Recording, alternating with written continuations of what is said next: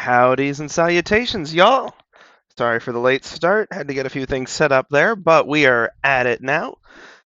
And we got some fun stuff to mess with today. Hopefully we can make some good progress, or at least have a, fairly lightweight, easy stream. One or the other. Probably won't be both.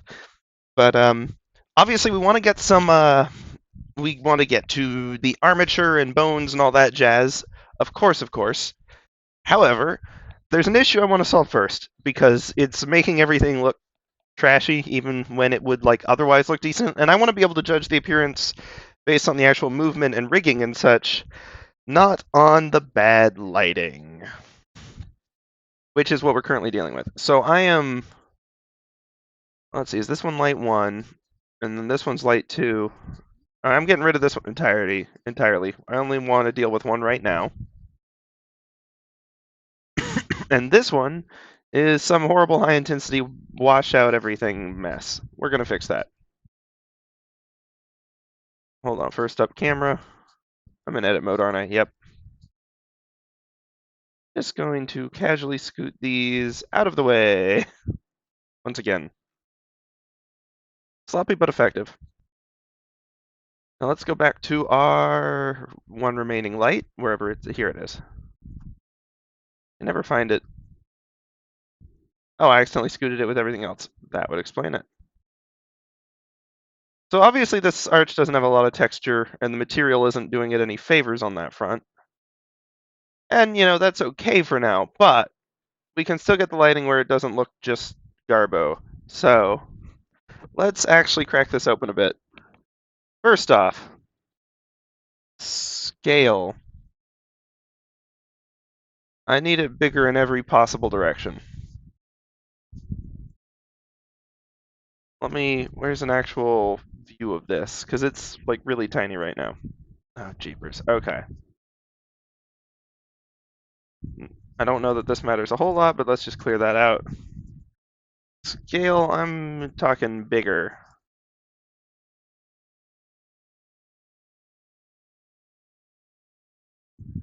That should affect brightness, so I don't know if I've scaled the correct... Oh, radius, here we go. Doing 10 meters.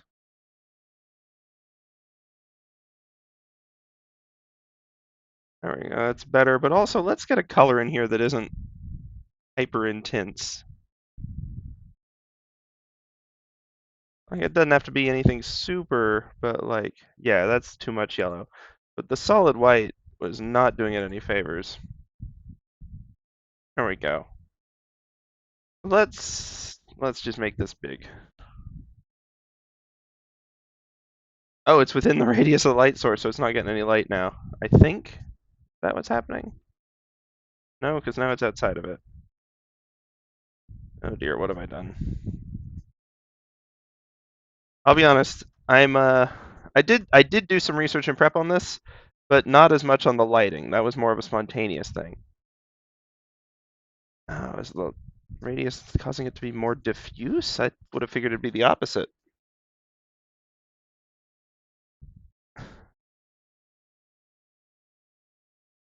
Anyway, rather than using that over the top from the sun one that I don't necessarily know how to handle too well, we can try this. This is Eevee. Let's see how it's looking in cycles. Still plasticky, but that's probably more of a material issue, which we can work on next. Part of that is just going to be a matter of making the mesh a little more interesting. But part of that is also going to be messing with the actual material properties. Oh, yep, I actually want green. There we go. Now, if I were to... Actually, I don't think the camera's facing towards squat, is it? Okay, hold on. Oh, no, it actually is. Cool, then let's F12 this.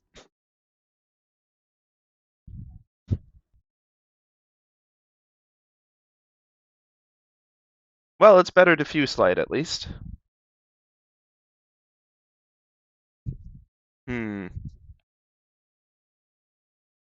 Yeah, I think the remaining issues are the model just isn't giving it much to work with. That's fine. It really isn't if Cycles is handling it that quickly. Or I've messed up a setting, but I think that's fine. We'll just keep on keeping on. By the way, as you may have noticed, we're trying out more of the Harris Heller music, this time hi-fi, which so far I'm enjoying. I can see how it'd get distracting potentially at times, but I'm liking it. We'll give it more time. If I could find enough royalty-free electro swing, or like get the royalties for it or something, I don't know. It would be just the best.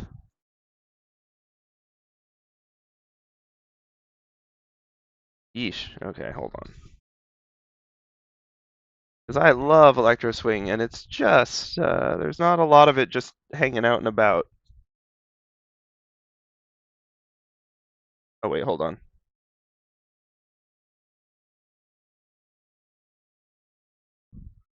We're gonna do that. Let's. Okay, no, hold on. I didn't undo enough, unfortunately. There we go. Got to make sure these get the same amount when we extrude them in a little bit. Just hitting E to do that.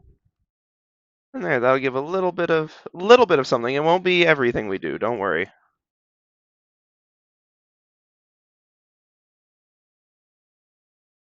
And I'm playing fast and loose with how much this is like actual Ishtar, and I'm aware of that.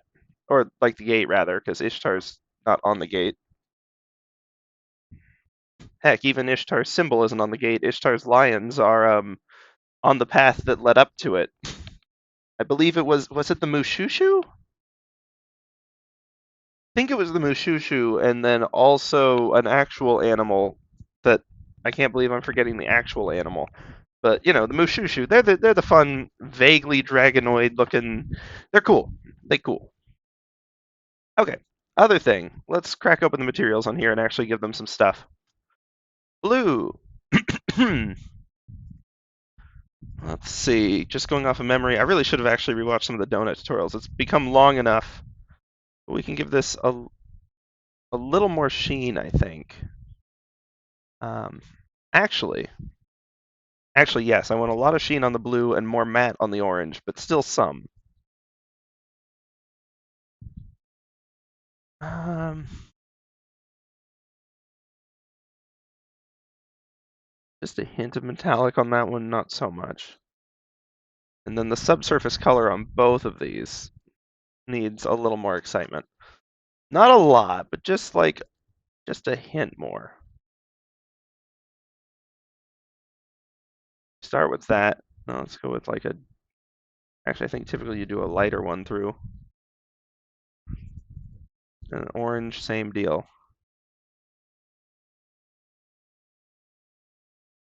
Okay, let's see how we're looking now.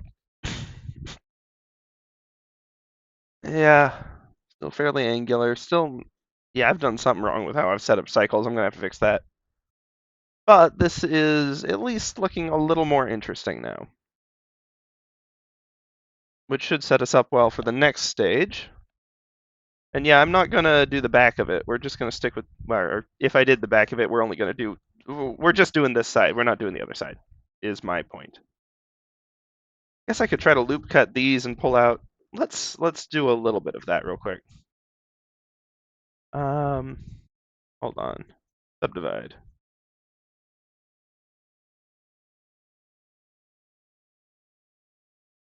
Hmm.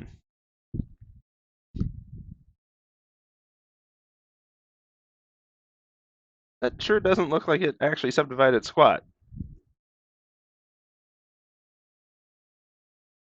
Hmm. Let me check something real quick.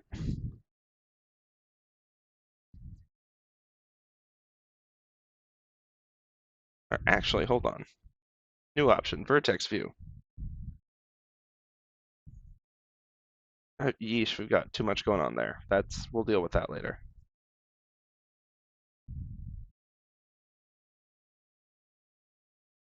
Hmm.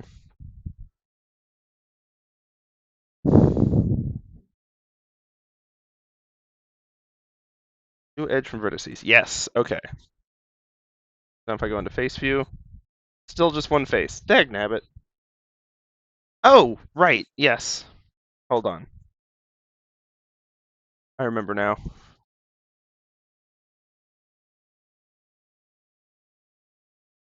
This is so gonna mess with something later, isn't it? Just like that. Yeah. That's some messy terrain there, or topography.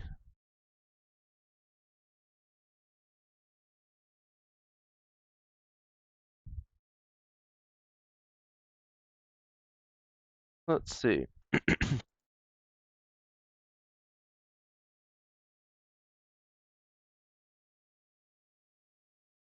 Whoops, too far out. Sorry about that.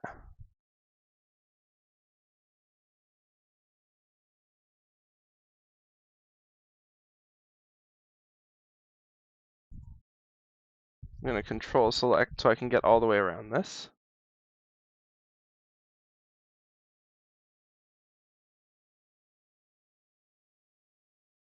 Let's see. New face from edges. Yes. Probably ought to subdivide that more, actually. This part I'm not so worried about subdividing. So I'm just going to deselect everything from that last one. Grab all these vertices. We're going to do new face from edges. Cool. And now if we look at this in not mesh view, we got a face there. I think I'm actually going to delete this face again, though. Um, I thought that was I thought that was mesh in there. I panicked for a second. I was like, what's happening? But that's not an evil laser cannon or like the stinger of a scorpion. That is just our bones for later.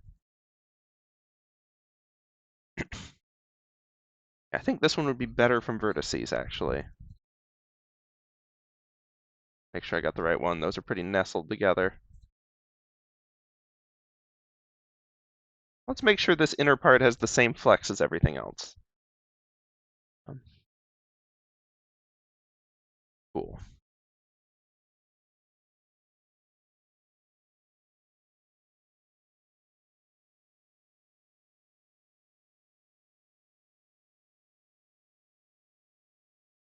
I wonder if the order matters in how it figures this out, or if it just puts them all in an array and just does it.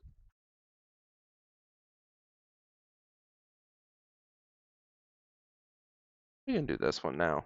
Edge, edge, edge, edge, edge, edge, edge, edge. Holy cow, what's happening with the subdivisions there? Hopefully that's fine.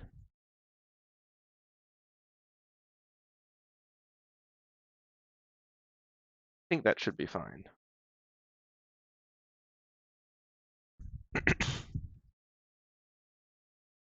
Let's see. Now let's do that again. Delete this face. Just the face. Let's see. Yeah, we're just doing a flat one at the bottom. That's fine.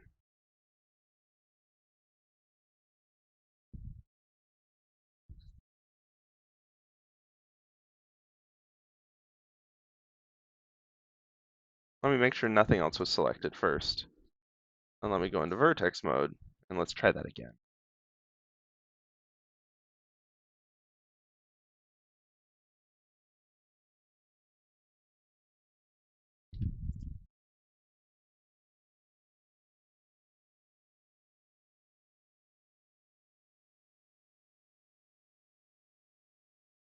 That is a really nice function. Oh, oh, that's interesting. I must have selected something different when I merged with this side, because it kept the topology inside. Or the mesh, at least. Okay, that's probably bad, actually. Pardon? Okay,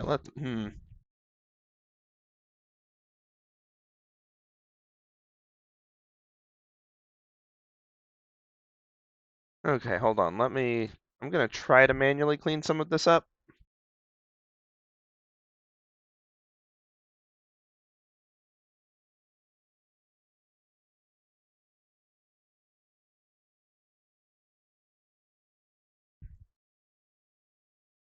Oh boy, there's gonna be a lot to clean up.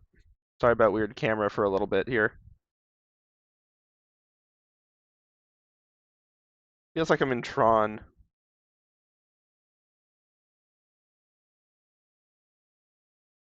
Which probably doesn't speak well to my 3D modeling,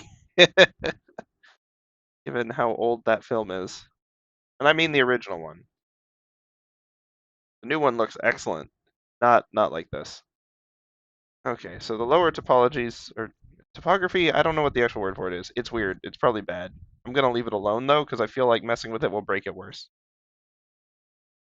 If I delete this face, are we good on the outside? Yes, okay. Then it's best that I do this.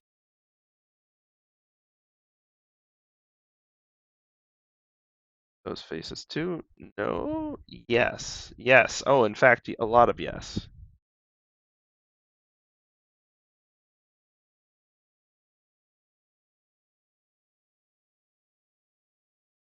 Okay, hold on.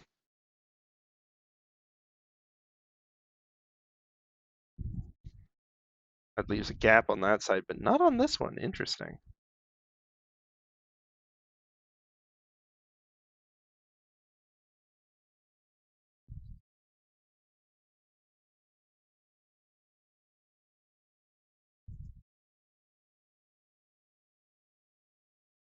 We'll close up that gap, don't worry. I'm just trying to clean up a few loose ends over here first. Ah, gap down there too. Interesting. I wonder how exactly the merging worked to cause that.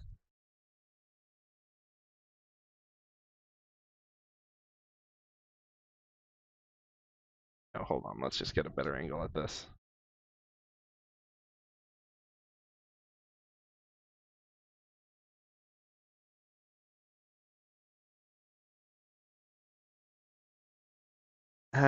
That worries me. That's some weird nonsense right in there. Oh, and it's got my focal point on something too close, so the scroll's all messed up. I do have to figure out how its relative like scroll focus works. 'Cause it's fascinating because it works so well most of the time. And I still remember plenty of programs that could never figure it out, but every once in a while it just gets stuck on something at like the wrong distance and the scaled scrolling, like I'm scrolling so aggressively and it's never going to get any closer than this tangibly.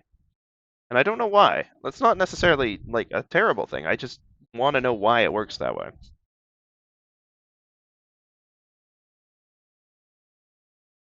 New face from edges.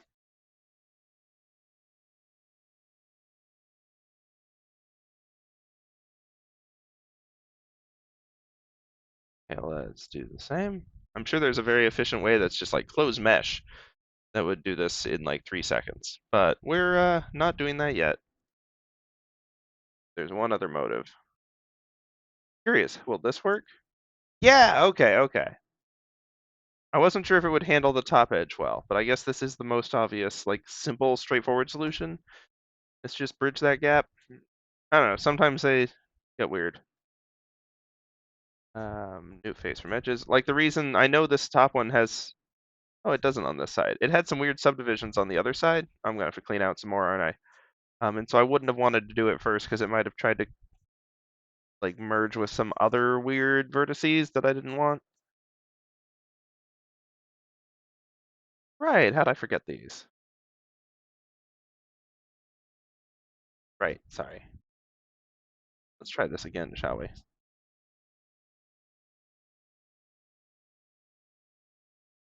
Thought I'd gotten everything from in here, but not quite. But to be fair, I got a lot of the really fiddly, terrible stuff, so that's good. Oh, there's... Oh, cheapers, there's still that hole in there. This other side just handled that nicely, didn't it? As I recall. Come on, past the point. Yep, all dealt with. Nice and clean. Although that down there was just as weird on this side, so that's not actually reassuring, but it means I'm on the same page as this, at least. Anyway, all this wonderful, I'd say almost Art Deco looking, but it's actually Art Deco looks like it. Or rather, Art Deco looks like Egypt. Um, and there may have been certain things from the era that, yeah, anyway, delete faces. Oh, cheapers. This one's going to be, I'm just going to have to do that a few times, most likely. I just don't want to catch anything in the back, is the issue. But we still got a lot going on this side. We're going to have some stray. I'm going to have to fix so much weirdness. Not that one. We've got stray edges without sides and like that. What the heck is happening there? We've got to get rid of that. I thought I'd gotten rid of the most fiddly part, but it was only just beginning.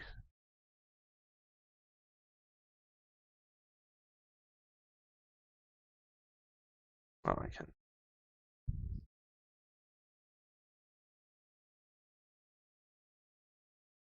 I have to make sure on the outside that that doesn't break anything.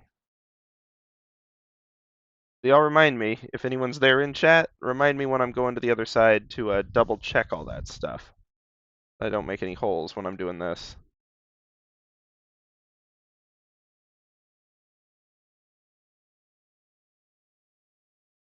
Because I have a sneaking suspicion I might. I mean, oh, look at these edges. Oh, jeepers. There's assuredly a better way to get rid of this.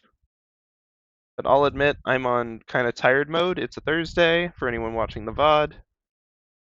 And, or anyone in a different time zone, I suppose. And it's been kind of a long work day, and I'm not exactly nailing the sleep schedule right now. This looks like it could be a Sonic level, like a really angular one. Ooh, okay. I doubt Sonic would enjoy this level very much.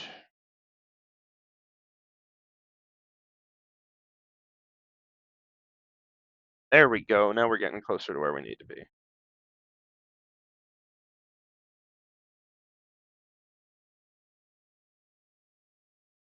A lot of this mostly sorted.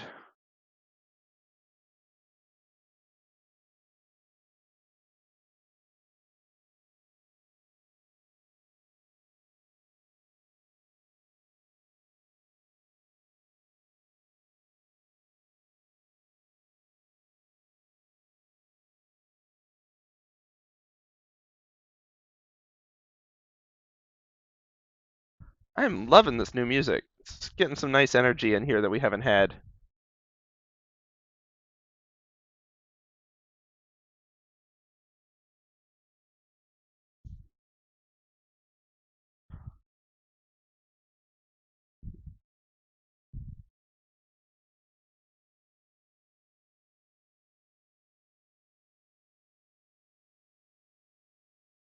But not like so much energy that it's drowning out my own brain.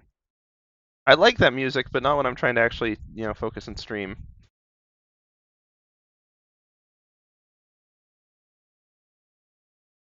Oh dear.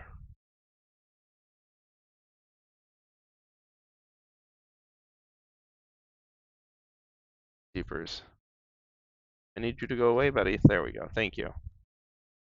Still these faces on this side. That one's mostly okay. Yeah, I think that's actually exterior. Okay, cool. But these, nope, not that one. But these 5. We'll deal with the stray lines later.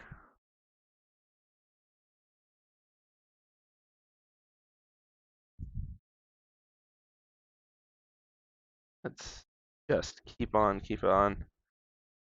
I guess later is now. Well, no, hold on. Let's deal with these down here first.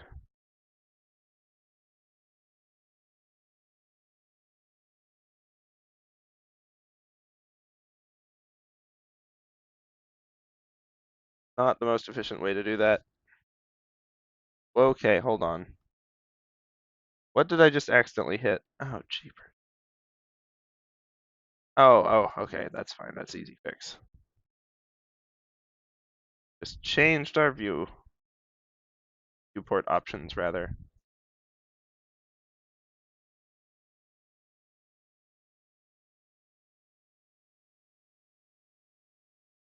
Feel nice if the bone wasn't visible in the way. Solved it.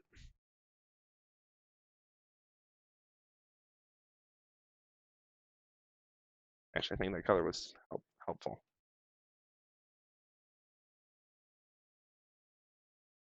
Are there any faces left, or are these all lines? Or edges, rather?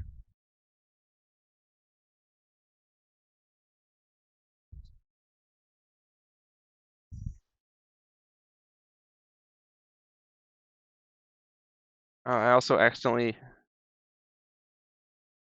Okay, I did more than I thought. Whatever I hit did more than I thought. Okay, hold on. Okay, nope. We were just in line mode. We're fine. Line mode, fine mode. And this is nearly sorted out. We just gotta clean up some stray edges. We'll deal with those down there later. Probably never, but potentially later. You know, we gotta keep that hope open.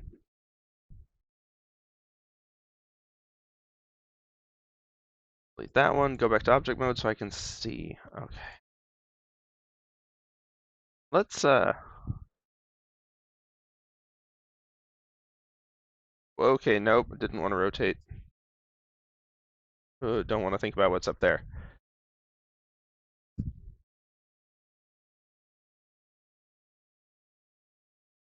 Take care of those two, and then we'll deal with these as we can see them.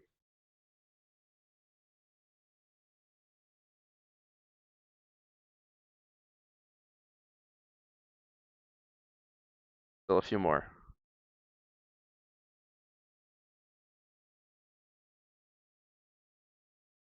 That's our center point. Okay, that's all the lower section. No, don't delete object, thank you. This has been a hard object to make. I've put time and energy into it. I'd sooner not delete it. So I appreciate, actually, the confirmation dialog box.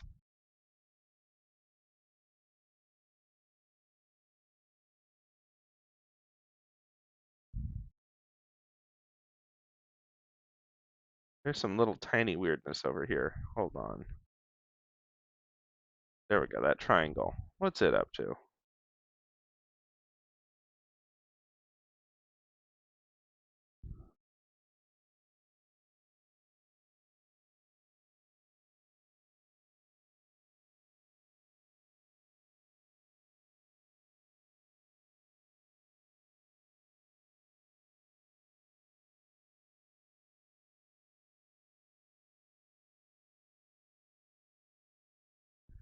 Man, this really does feel like some old school animation, like desktop screensavers and stuff from the early 2000s. Just these floating lines doing their own thing, like animation tests, stuff like the mind's eye. Good times. Weird times for sure. It's fun to be able to sort of. I'm sure this is nothing like the world they were working in. We got way fancier tools now that make this easier. Although that is a relative term, because it is still hard. Is that just a lone vertex? Dude, what you doing? No, it's two vertices. Two.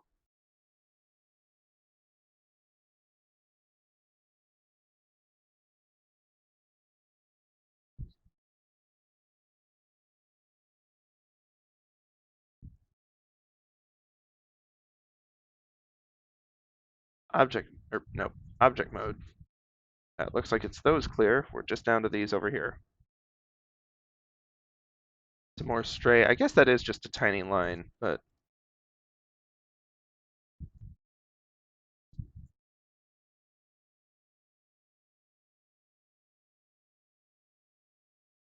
yep, two vertices. Shoo. Without the vertice, everything's derived from the vertices. So if you toss them, everything else goes. Problem is, and the reason I haven't done it much, is it leaves little tiny floating vertices that are hard to find, and I don't want to figure out what'll happen if I miss them. But now that there's a small enough number of these and I can get a good view on them, not a bad way to do it. I know there's still some over here, but let's check object mode. Thought so. I thought there were some stragglers.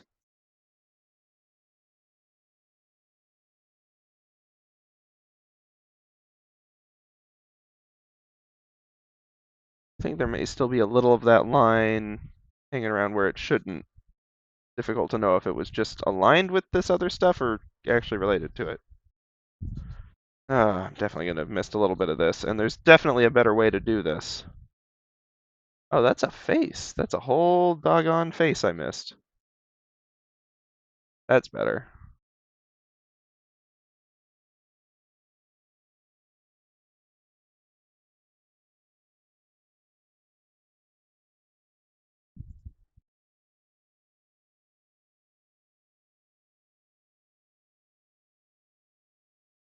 That's another whole face I missed.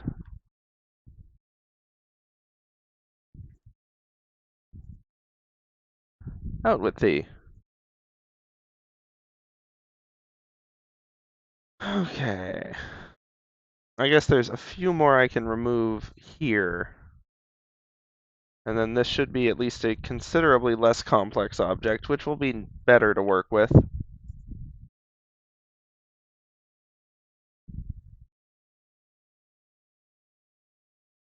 Okay, yep.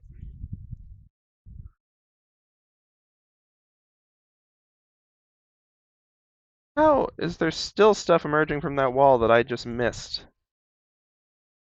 Baffles me.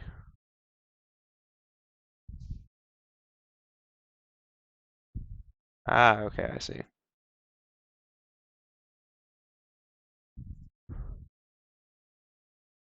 There we go. That should pretty closely resemble the other side now. Probably unnecessarily thorough, but that's one of those tasks where it's kind of tedious and repetitive in the way that makes it just soothing to do. So I'm okay with that, as long as I didn't leave anything to, or break the model. But yeah, this is looking pretty similar now, minus the flickery lighting. Holy cow! Well, plus the flickery lighting, it did look similar. It was just bad. All right, back to object mode with you. Yeah, I actually like having those arches. I'm sure there's a way to using like a height map, we could just have used a texture to make it look like the arches were there. But my goal here is really more about the modeling and walking than the texturing, so that'll be an adventure for a different time. Definitely better for low poly or any like just efficiency. If you can get it with the texture instead of the actual model, it's just makes things easier typically. Okay. There was two things I was going to do before we moved on to the next step. One of them was double check that there's not any open faces or anything as a result of all that cleanup. Nothing on the outside that looks broken or flattened. I mean, this looks flattened, but that's just because I got lazy and scaled um, rather than modeling fresh. That's fine. That's all whatever. But the other thing I was going to do, since that's looking okay, at least at a glance, um,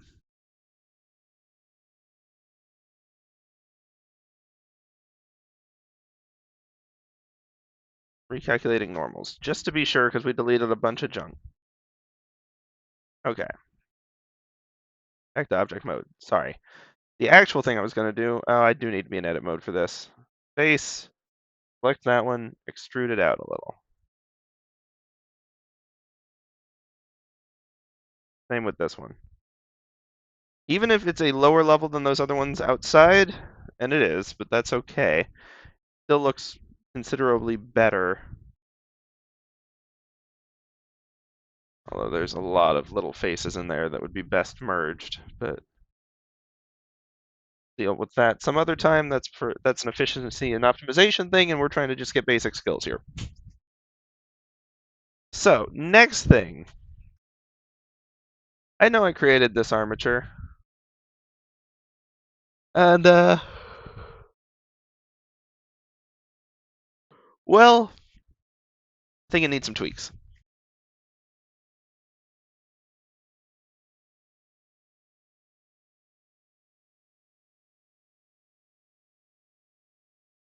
So hold on. There was a thing to tick. A little box we could tick. Here or here. That would let us see the armature. But it may be not.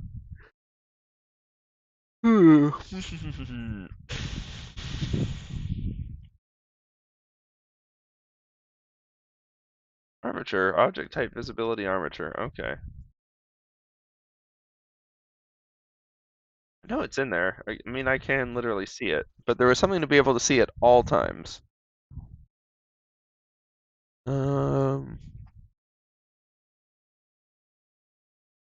It's now even in wireframe. I'm not seeing it, which is weird.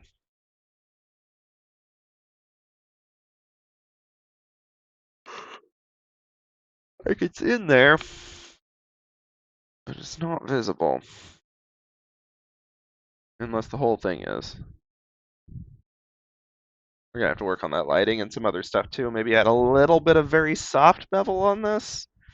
Really, really, really soft bevel though. We get distracted and attempt to add a bevel.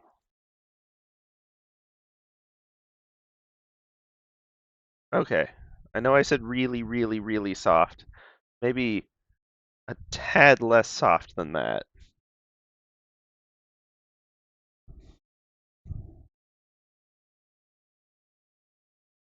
I'm curious if it's even applying. Sure as heck doesn't look like it.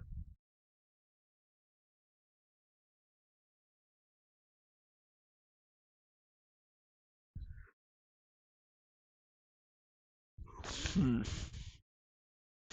Bevel vertices.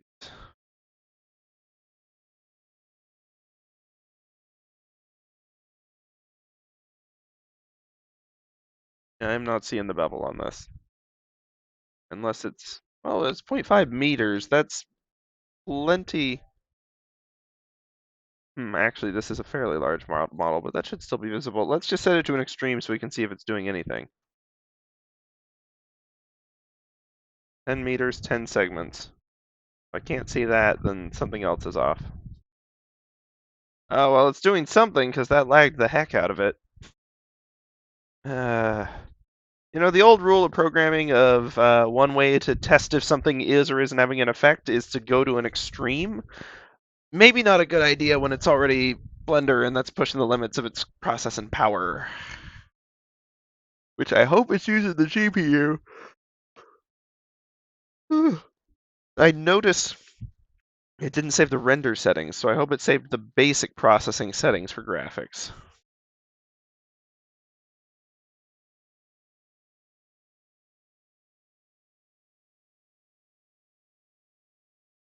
Hmm.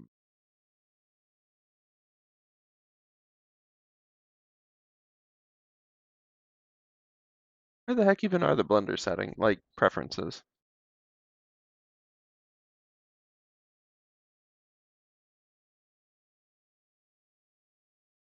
Well,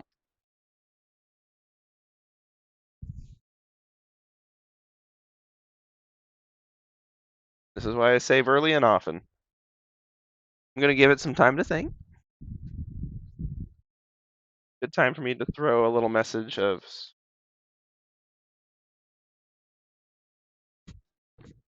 message in chat. Maybe I did set my overlay to have my name orange. I should fix that. That's not really that good of a color against the green. Oops. Was that it? Have you brained? Because we're going to take that off and not do that. I know there's a lot of edges to bevel, but I think we may have to think of another way. Or at least a less haphazard way. Okay, but we know what you all came here for, and I'm just trying to figure out how we can actually see the darn thing. Armature. Armature. Let me just check my Blender docs. Make armature visible through mesh. They changed. Okay, properties window.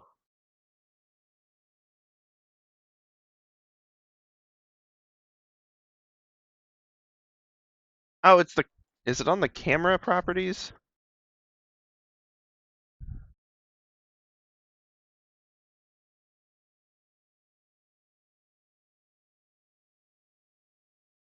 Okay, no, hold. Oh, no, no, no. It's on the armature properties. I always. Viewport display. Show in front. Found it.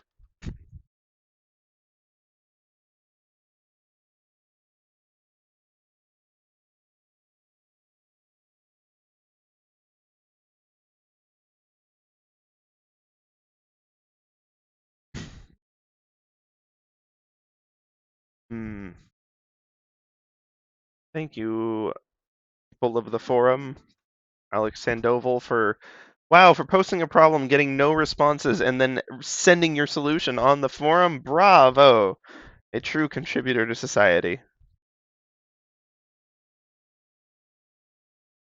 Let's think about this. If I want this to be smooth, might help to have slightly more bones.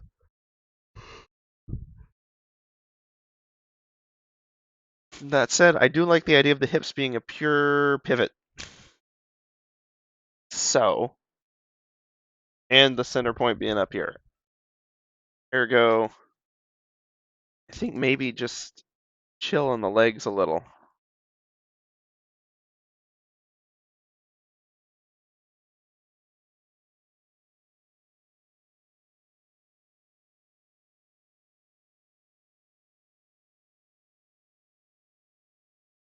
Just sort of doing this roughly.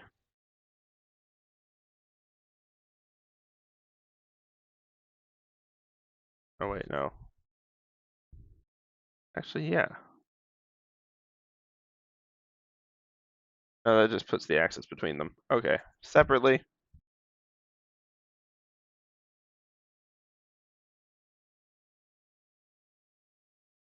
Come on.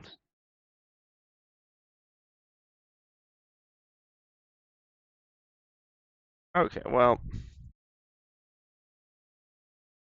I guess that just rotates the joint as opposed to the whole limb. This unfortunately rotates around its middle axis instead of the endpoint, though, which isn't what we want. But I guess I can also just literally transform the endpoint over, and that'll do the same thing in this case. That will work, much like I want to move.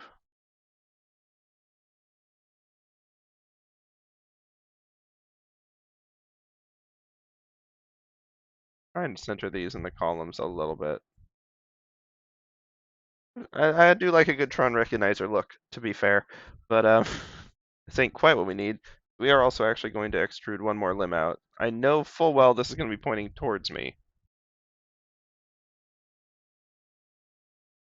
They always do.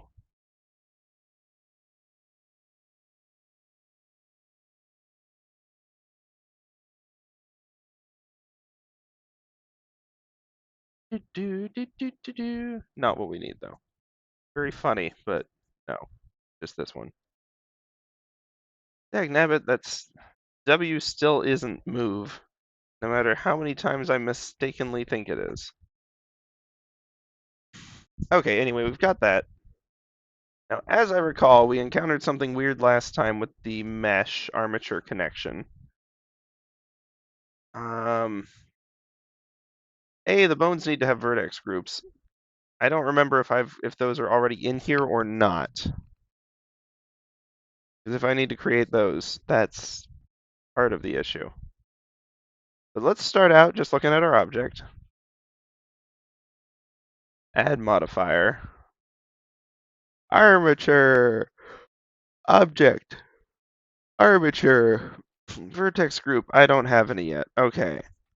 I'm going to have to create some vertex groups. Or one? No, it's going to need to be one for bone. Then I need multiple armatures. Do I? Well, yeah, because the bones each have their own vertex group, as I recall. That's how it's determined what they move, is they move a vertex group. Okay. Blender. Blender. Creating vertex groups for arm mature. There we go.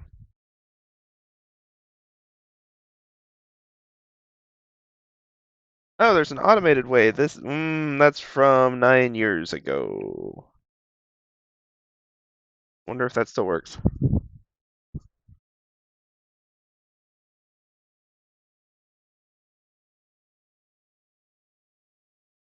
Okay, well, looks like it's not horrible, although it also Looks like they haven't updated their weight painting in 9 years, so that might be due for some tweaks.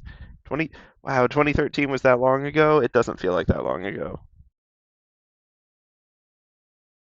Hmm,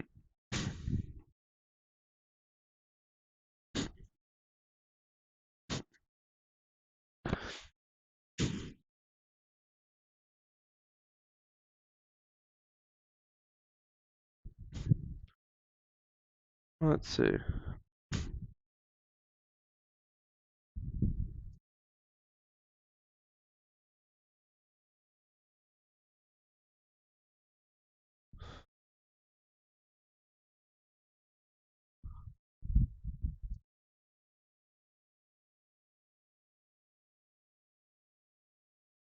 Let's see.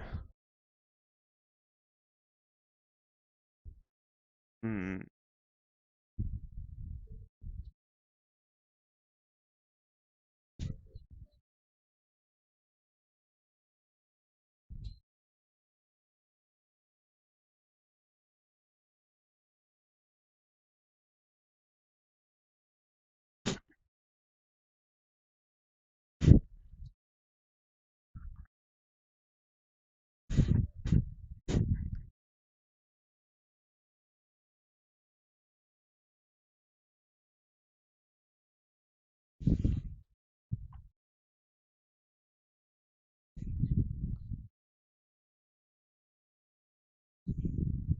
hmm,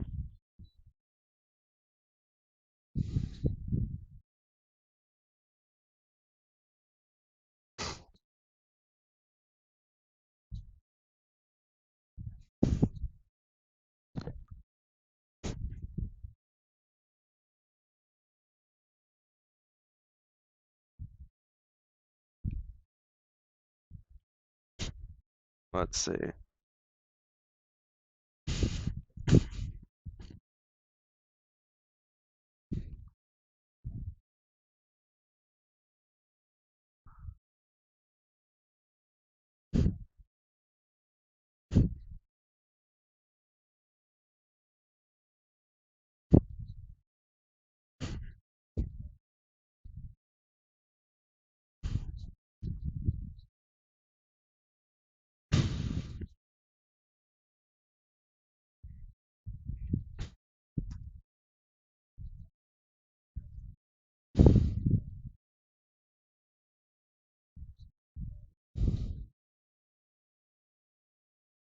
Hmm.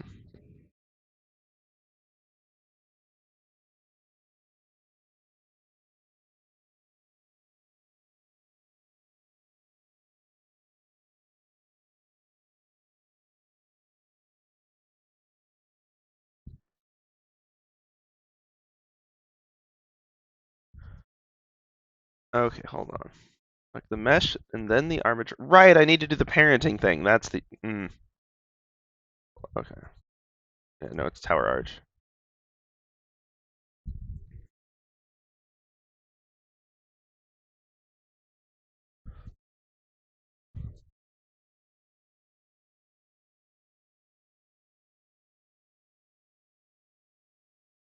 Control P, armature deform. Let's do it with automatic weights. Let's see how it does.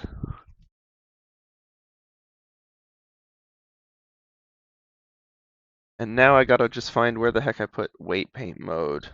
Not here. Nope, nope, nope, nope.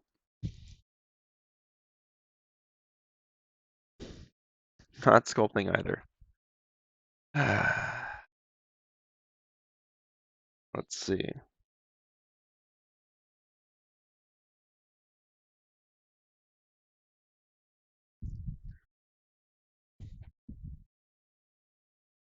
Control tab, you say? Well, none of those are weight paint mode. Hmm. Weight paint. Introduction. Oh, I need to be on the mesh itself, I think. Oh, cool. What? Right, tower arch is now in here. Control tab. Oh yeah, it's just on the cool. Our arch. Okay.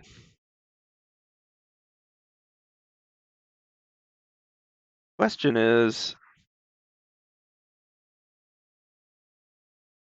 quickly select a group. It's vertex group panels and the object data. That's here. Vertex group bone 1, bone 2, bone bam, bam, bam. And these haven't been automatically attaching to the mesh is the issue, even if they are decent vertex groups. So let me first go to armature, or not armature, let me go to tower arch. Object mode, actually, no, we can stay in weight paint. This was the thing.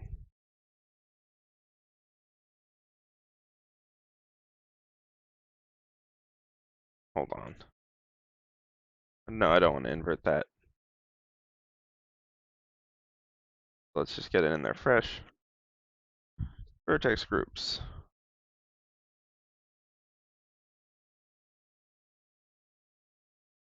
And now let me try adding another one. Same object. Armature, Bono 1. This is what I had to do last time, and I'm still fairly sure it's not the right solution. More importantly, because here we are in weight paint mode, and these still don't have anything assigned to them, so the automatic didn't do squat, which means there is some step to associate the armature with the mesh that I am skipping.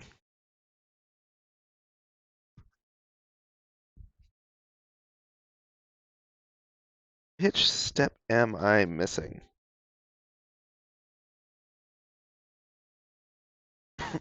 Let's see.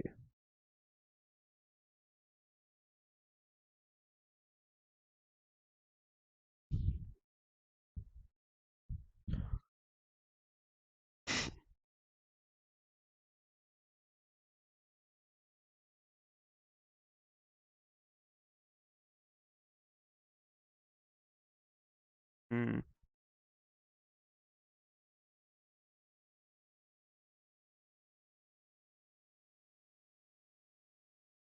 Wow, the thread from 2013 has someone who linked back a link that was apparently 20 versions old back then. Yowza.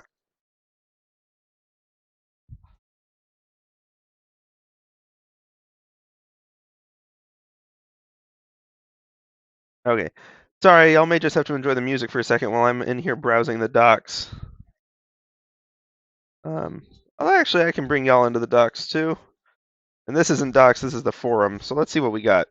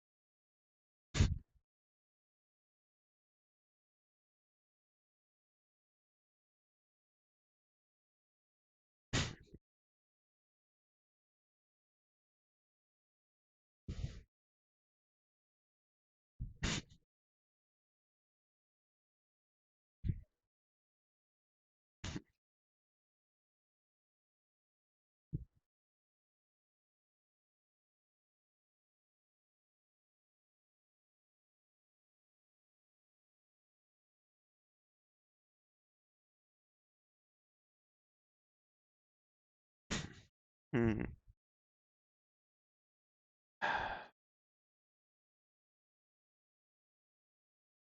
This is old docs too.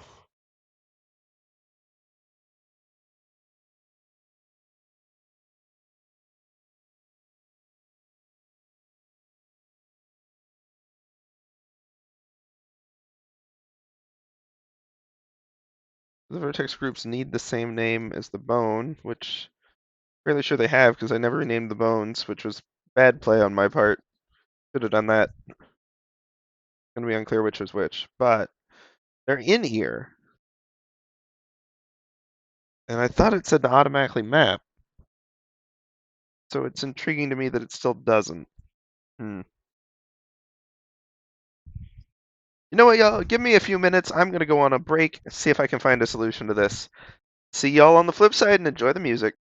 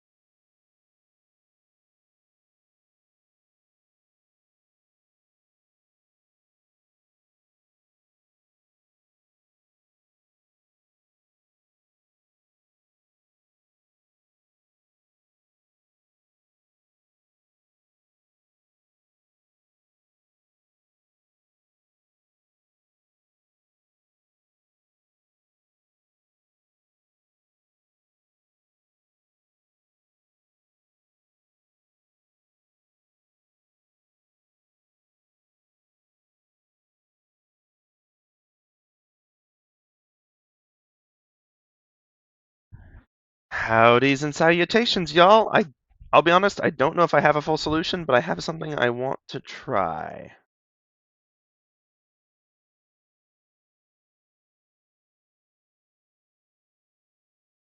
Let's see. First off, I want to unparent these. Oh, cool. It shows you which view you're in on it. Interesting. Okay. Anyway, delete hierarchy. Did that work? Nope, nope. That deleted everything in that hierarchy. No, no. Bad.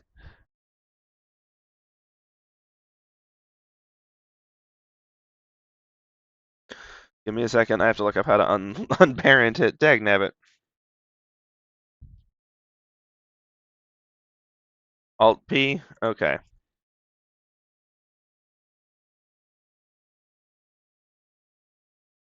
Because I'm going to take this armature and I'm going to put it away. And I'm going to take these vertex groups and I'm also going to put them away. All the bones. They're no longer associated with anything, so they need to go. Nope, not the whole thing. Oh, I guess I can remove them in here. Okay. Let's try this again.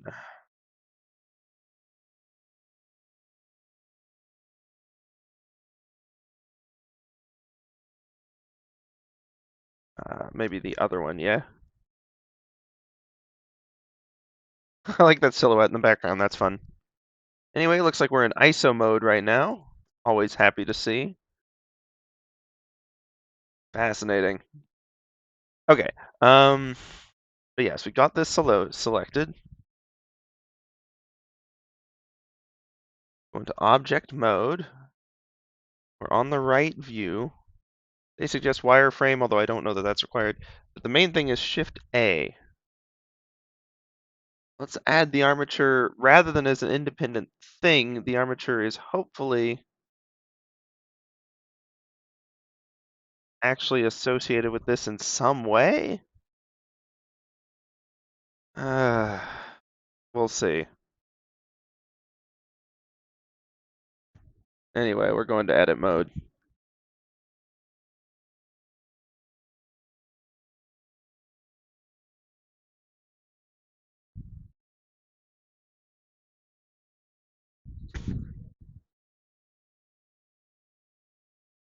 We're just going to get this going. Let's see.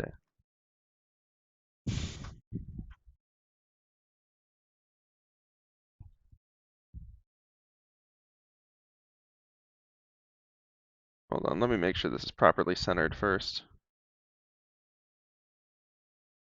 Didn't that move the whole bone? This isn't the core. No, okay. Yeah, I don't, Anyway, extrude straight down. Actually, hold on. First off, let's put this in the center of the tower.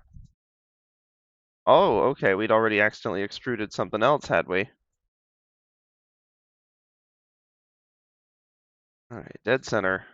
Extrude straight down to here.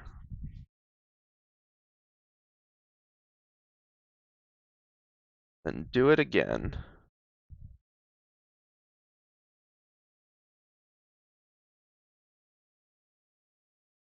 Then one more for an equivalent of a foot. We'll see if that ends up being any good or not, but it's worth trying. Repeating the same thing on this side. Wireframe is at least making this easy to keep them consistent. There's something we didn't do a very good job of on the last model, to be fair. Okay, got our bone hierarchies. This one is hip A. Wait, no, it's not. This one's hip A. This one is A dash top, A dash mid, A dash bottom. Yep. B. B dash top. I'm not going to worry about left and right because that gets swapped so much. That's not really a helpful descriptor here. I know this one, unlike the last one, actually has a definitive front side, but even so. Okay, extruded. We've got that. Parenting and unparenting bones to each other. It's something we should mess with later for some like more freeform models, but not for this one. I guess you can mirror them. Cool. Ought to have done that. Let's see.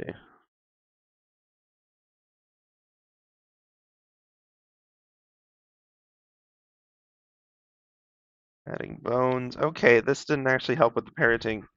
And this guide. Okay. Blender, connect bones to mesh. Not with an add-on.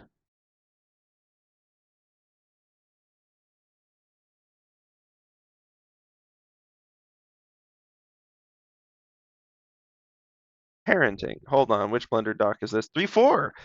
Hey, we're on the current version docs. Woo! Okay. If this doesn't do it, then I don't know what to say. 3D viewport and the properties. For each bone, it's parented. Okay, so parent and connect bones, you can do that. Properties bone tab. Yes, that's parenting bones to each other.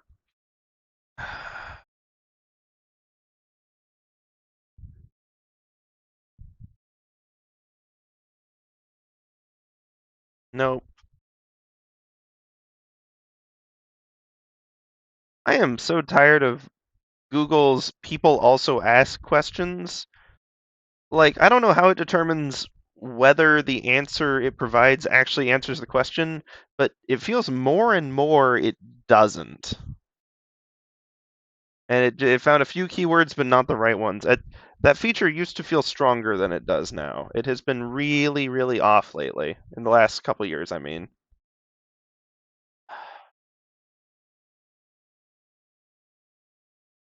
How to parent an object to a bone in Blender 2.9. That's closer, but it's not 3. Um, sh Shift left mouse button. First select the object. Object mode. This. Then the armature.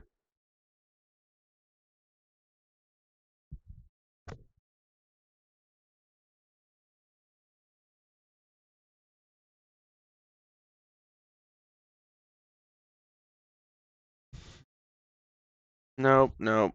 Okay. This. Then that. Change to pose mode. Like the bone you want to parent to. All of them, but sure. Let's see.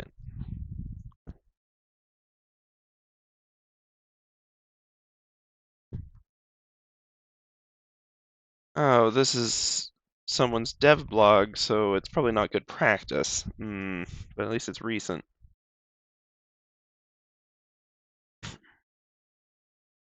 Reddit support. Maybe some people here. It's within the last 2 years, so that's an improvement.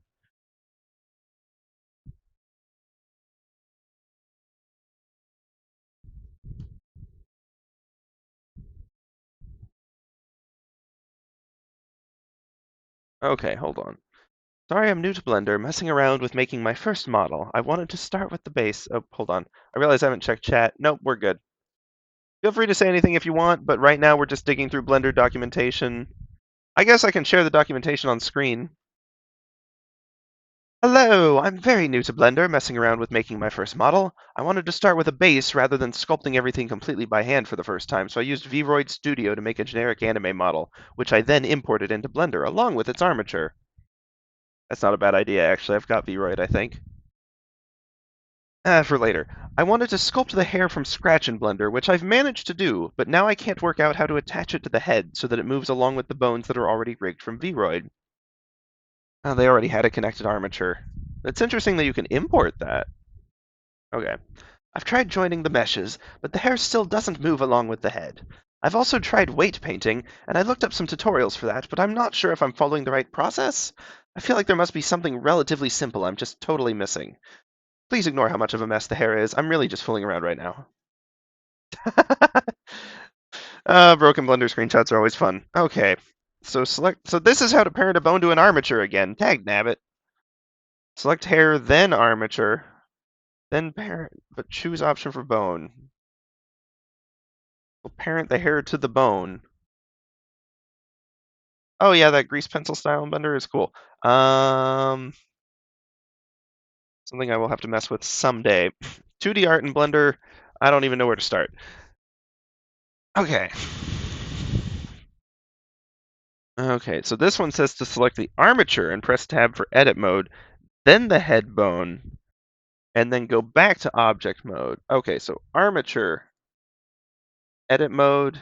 We've already got the bones. So I'm just going to select the first bone, I guess. We're just going to select this bone. Hip A.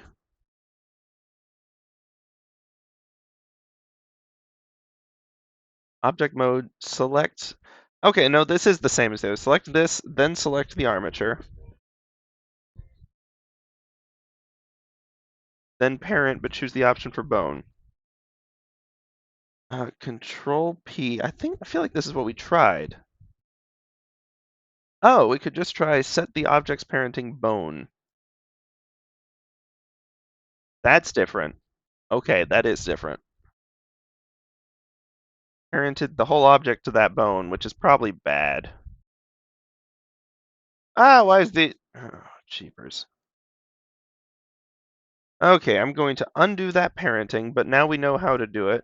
I'm going to go to the top view, if you'll look top view. Just gonna...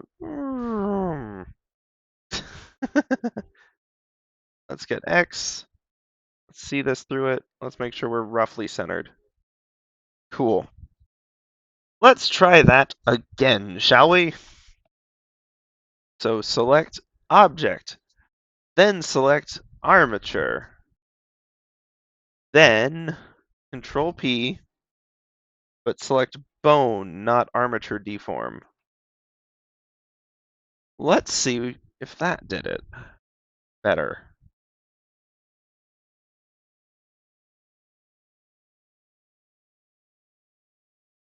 I have no idea if it did or not.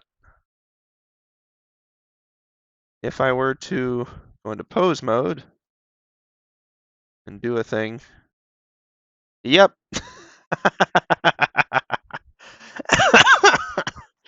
Okay, so the whole thing's mapped to just the one bone. Whee! Oh, Blender. Once again, I'm sure there's something easy here. Maybe it's... Well, now that's mapped to the bone.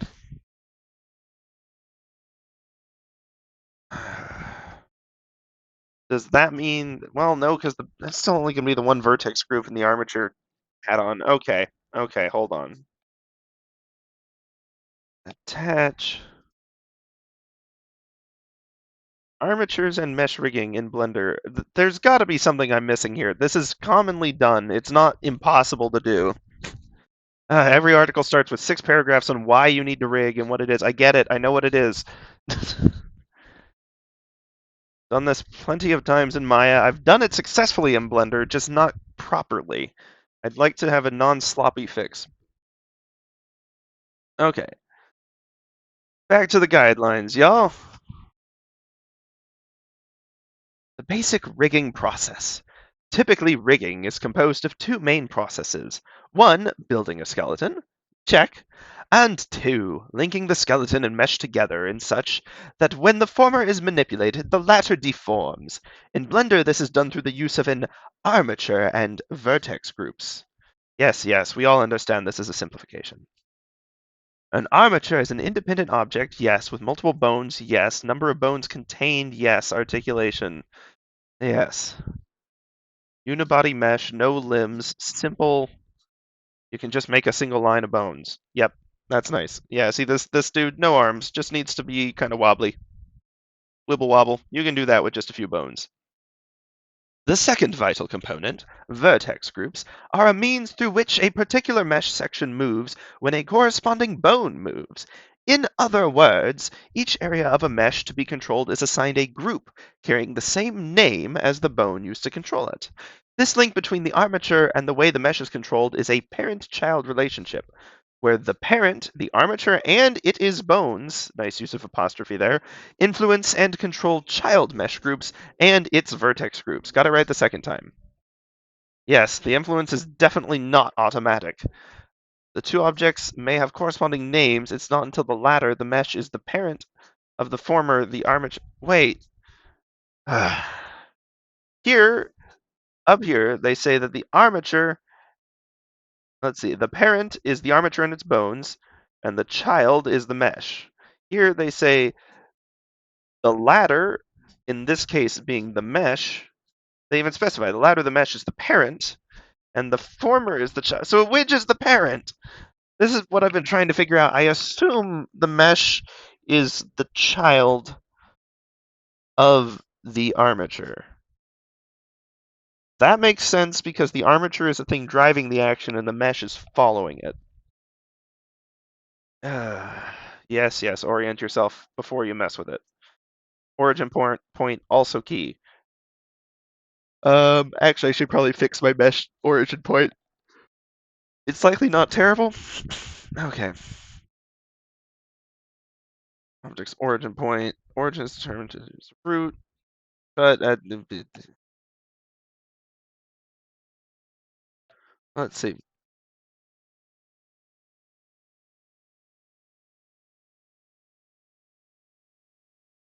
Yes, yes, orthogonal front view. Okay. Edit mode. Right mouse button, select the object. Okay, edit mode. Yeah, that's just how you get into edit mode. Okay. Make sure everything's selected. Oh, it's actually nice to know there's a hotkey for that. That's easier than what I've been doing. Mesh only needs to be moved upwards. As long as it shows, because as far as objects go, if I'm selecting the arch, we're getting slightly off track, but this is worth sorting out currently. Wow, is it really just called Cube 03? Great naming conventions, Thomas. Nailed it. Okay, no, its origin point is already at the base. I solved that last time I made this model. We don't have to do it again. No. Okay, right. Object mode, Cube 03. Edit mode. Origin point. Boom. Sorted. On the ground plane in the center where I want it. Cool, we don't have to worry about that. Mesh rotation, yes, yes, yes. Doop doop doo. Applying origin. Wow, this is an extraordinarily wordy doc. Although there is something to be said about using too many words rather than too few. At least someone can parse this and get the answers they need. Probably. Adding an armature names, etc. Okay. G will move grab. Okay. Yes, yes, I got. So what's this saying? What this is saying is that the armature basically functions the same way as a mesh. It just doesn't. So the mesh is just the thing that you see fundamentally. The armature is an invisible structure behind it, but in the case of Blender, moving them around within the interface functions exactly the same way. That is true, and it is actually one of the things that Blender has done very well, is at least to the extent that I've used it, is trying to standardize controls across different things. So whether you're navigating in one section and working with a mesh, or navigating in another and working with lights, or navigating in another and working with the armature, like the navigation controls are consistent. You would be surprised how often programs screw that up. It's a basic fundamental UI thing, but if you've got, especially with a crowd created thing like this, if you have different developers working on different pieces of it, it's very easy to just forget to check what other people are doing. You make your thing, they make their thing.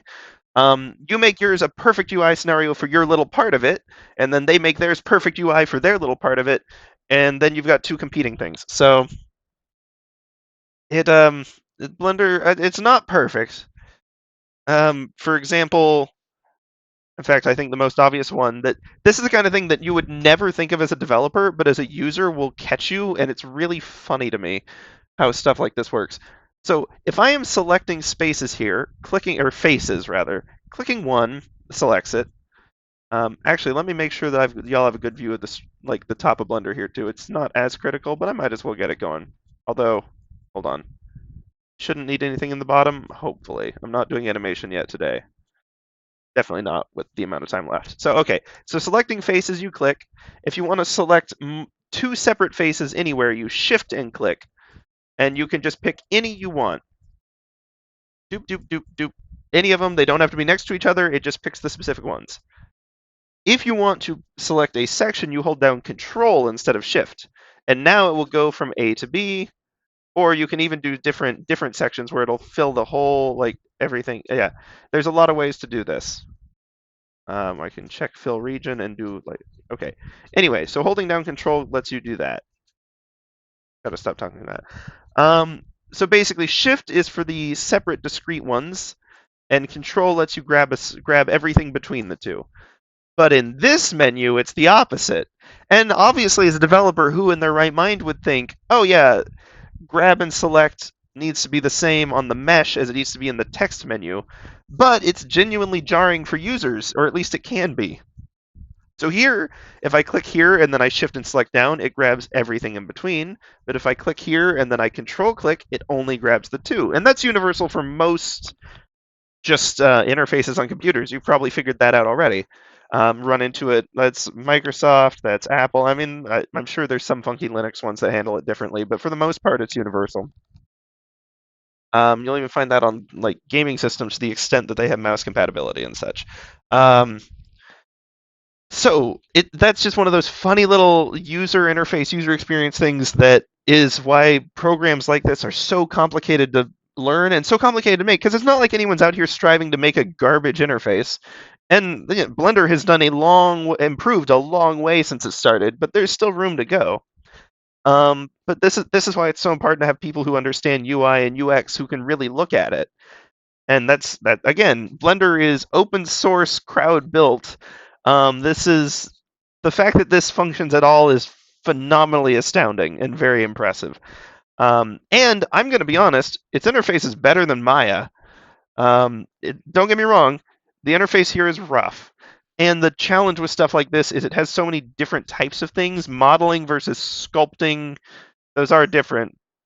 Trust me, I don't have the words for it, but they function very differently. Sculpting's a lot more fluid. Modeling is a lot more precise. Editing textures, painting textures, adjusting lighting and shading, rendering, all these different views. And every single one of these views has different controls and menus and interfaces in them because you need to do different things. So you can't just make a nice little simple guide and say one hotkey does this thing always for most things, because you've got more functions than there are keys on the darn keyboard. And that's why interfaces with stuff like this in Maya get so convoluted. And that's also why it's so impressive when they can actually make something clean and work better. It's fascinating to me. I love it. But there is no denying that these things, even after decades, the interfaces are still really unintuitive, especially to new users. Like, I have a fairly decent sense of where I need to go for stuff, and it's still tripping me up. Like, the bug we have today isn't related to user interface. This is just, I need to figure out how to connect these two things. And I think it's an issue with the attribute that I'm applying to the mesh. And I even have a solution that works. I have a sloppy fix that can do it. I could have done this an hour ago and we'd be moving on, but that's not the point of the stream. The point of the stream is, A, I want to make a version of this gate that looks a lot cleaner, will have better lighting, will be smoother. But also, the major point is that we're learning to do stuff better and improving over last time. Last time was our exploratory journey, first time really getting into this stuff in years. This time, we can come back a little more prepared, knowing what we're in for, and figure out better ways to do it. I think, except this armature thing is confusing the heck out of me. And it shouldn't, because armatures, I'm not going to say they're not that complicated. Mathematically, they're phenomenally complicated. But getting an armature to connect to a mesh really isn't. Okay, the how of it is, the technical behind is, from a UI standpoint, for a long time this has been solved, so I don't know why I can't figure it out. Like, this is something that should not be as complicated as it is, and I suspect it's user error on my part. I just got to figure out what I'm doing wrong. But that's the fun of it. Honest to goodness, that's part of why we're here. Okay, adding an armature, names, etc. Characters symmetrical, both left and right. Yes, yes, yes. Being located relative. Yeah, it is important the armature is located relative to it. We already got that sorted out, both on the last time we did this, and just because it's kind of good practice and a thing I do with the meshes already from what little experience I have. Okay, notes be locked. Okay, central in this case because they're just doing a column in the middle of a snowman. To add the armature. Cool. Wow, this is an extensive page. This might actually have the answer.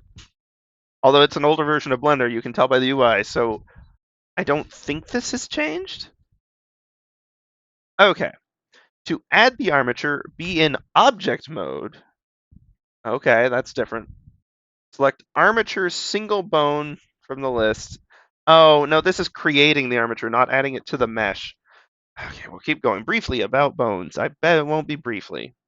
It's not. Adding bones to the armature. Yes. Relationships between bones. Parented. Element used to generate. Yeah, basically, anytime bones connect. Okay, actually. Okay, these won't be parented at all. These two are going to be on the same hierarchy. This seems opposite of what I would expect. If you extruded out that end, or basically whichever one has the small end connecting to the big end, the small end is the parent. Because it's like muscle is at the bulky end and it's moving whatever's below it. Not my best explanation. It's also not that key right now. It's very intuitive when you're using it. It's just very, like, it's bad to explain, at least with my words. Bone names, it's important, yes. Vertex groups, okay, hold on. Once the armature has been set up, it's time to similarly prepare this mesh for rigging animation, done primarily through the addition of vertex groups. As the name suggests, a vertex group is a collection of mesh vertices, referenced as a single group that can be identified with a unique name or ID assignment. It is this latter aspect which facilitates the required match pairing between mesh and armature for the latter to deform the former for animation purposes. Yes, that is true. It's not by location, it's whether you choose to assign it to the darn thing. There are ways to automate that, which I thought we had done and didn't work. So that's what I'm trying to figure out. Okay, so they're suggesting manually creating vertex groups on the mesh first. I mean, we've got the bones. You've got the bones named. So now we go to the mesh, and I'm going in object mode. We're going to have to leave that, I'm sure.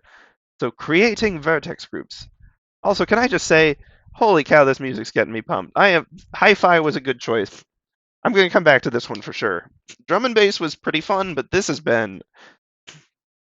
I have been so tired today, and this has been a difficult problem-solving stream rather than a fun little doodle stream. Not that that's a bad thing. Those are they're all enjoyable. But like, oh, this music's got me going. I'm excited. I still want to get some proper electro swing on here someday. It's my favorite genre. I like a lot of different genres. Electro swing has that wonderful mix of really catchy and also just stinking bizarre that I am absolutely all about. It's just the concept is funny to me. I feel like people in the 30s would have actually enjoyed it, in the 20s. Both. That was a time of wanton experimentation. Some for better, some for worse. But a lot of interesting stuff. I'm getting off track. My history brain turned on. Let's focus on Blender. Creating vertex groups. To set up a vertex group, first right mouse button, select the mesh. In the active mode after... Okay. Finishing up with the armature in the previous... Yes. Enter edit mode, I figured. There's a little drop down potentially behind my logo, I'm not sure, with the different modes here. Different types of objects have different modes available. You may have seen with the armature, it has 3, object, edit, and pose. This doesn't have a pose mode, but it does have others like vertex painting, sculpting, weight painting, which is different from vertex painting, and texture painting. Okay, for context, a vertex paint is basically Actually, I think it is selecting. Okay, I'm actually slightly confused about what that one is. Weight painting is determining the degree to which each vertex is affected by its associated bone. So if you've got like a stretchy thing where you want the bone to make one part of it stretch a whole lot and another part only stretch a little bit, you can use weight painting to balance that. It is actually really important and useful. Most natural forms, the amount that they stretch is based on bones may not be consistent across the whole thing. So you can either have a bunch of tiny bones or one bone like you actually would have for that section and adjust the stretchiness relative to it. It's uh it's fun. It's funky, but it's fun.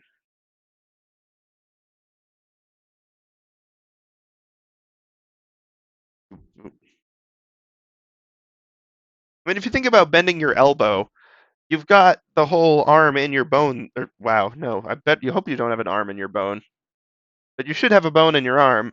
Um, and you'll notice that like the amount that it squishes right near the elbow joint where all the muscles are is very different from the amount that your skin squishes at your wrist, even though they're both being moved by the same literal bone, but the deformation of the actual like mesh or flesh in this case is different across the whole thing. So that's what weight painting can manage.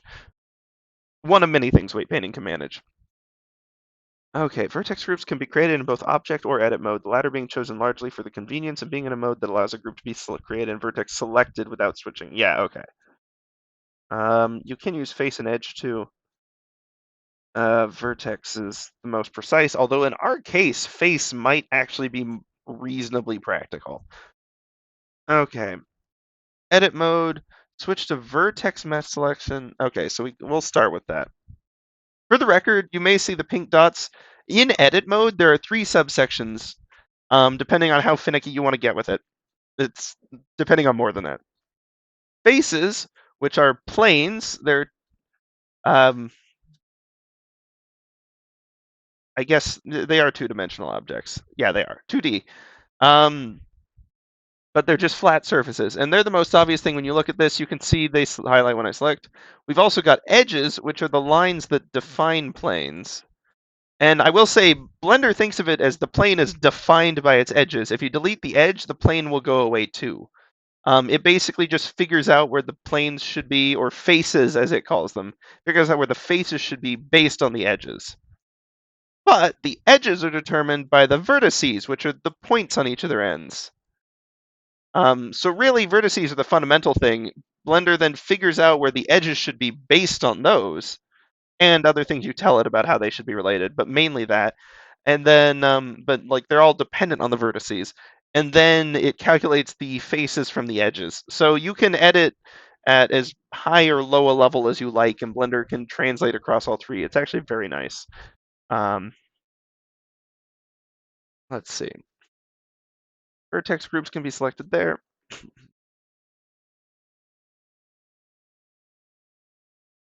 Okay, next in properties to the, okay, so hold on. First off, once they're, do I have to select any vertices first? Not yet, we're just in the mode. Okay. In properties to the right, that's this section over here, go to object data, not object, but object data. I think that's this one, actually. No, that's render. No, no, no, this is whole world. Collection, article, physical. Uh, hmm. Oh, I think it may be, maybe this now. No, no, no, no. Okay. Ah, yeah, I'm gonna have to scoot this up a little. Sorry, it's hiding down here. Actually, yeah, object data properties. First, a group needs to be created. In the vertex group subsection, i.e. here, boop, boop. Okay, inside of this, click the plus. Okay, we're doing it manually. I'm okay with that if it makes it work. Will be empty, called group. Needs to change it to the name. The name has to match a bone. So we're calling this one hip A. And I guess Blender just knows if the name and the vertex of the bone and vertex group match, then they're connected. If they're parented, it just works. It just works. Well, we'll see.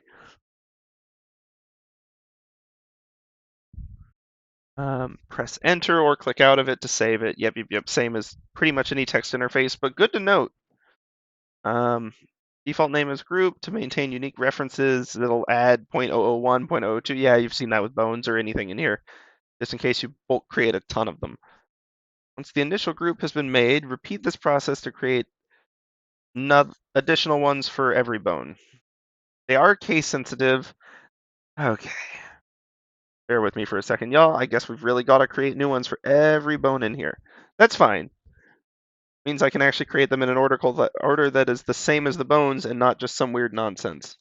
A top.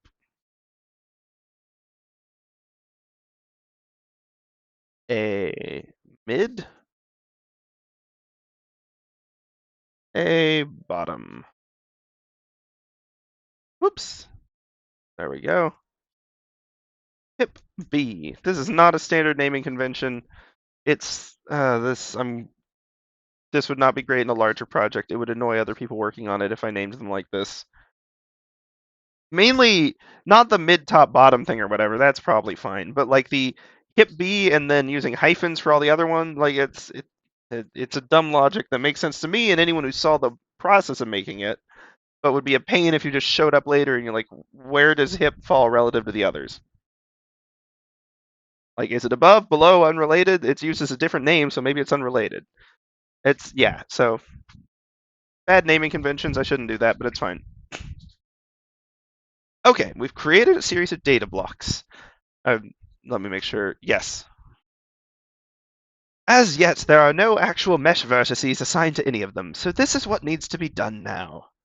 To make the vertex selection process easier, switch to wireframe view. Yes, the hotkey is Z. And change to front or side if you're doing their snowman tutorial. We're fine with that. Ortho view, and then simply ensures that both front and mesh front and oh, I guess you can have multiple. Yeah, that's fine. Oh boy. Okay.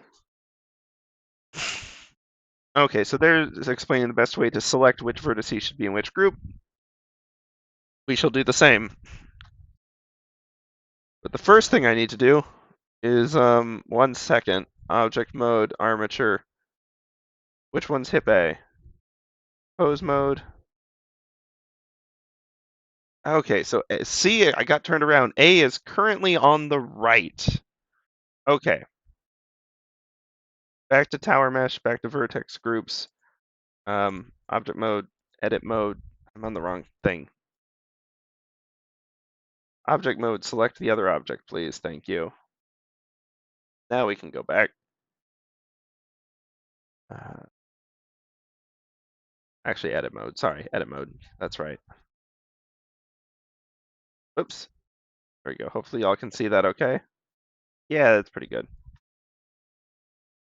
Now, all these purple dots are potential vertices to highlight. So, I need to make sure that the group for each bone contains all the vertices that it makes sense for it to be able to move. Now, I should note that like hip A will move the lower bones below it, so I don't need to make sure that hip A controls everything on this side. It just needs to control everything near hip A. What all needs to be controlled by the hip? Well, let's think about it. This is where we have to use our brains. I want the hip to control a lot of that, and also probably the whole top. That's probably a little sloppy, but it should work for now. I mean, you can always add more bones and have more fine detail control over what controls what. I think the main thing is I want the hip to control a little more in the middle. When it fills in the whole face as you select it. If you select all the vertices around a face, it selects the whole face. Okay.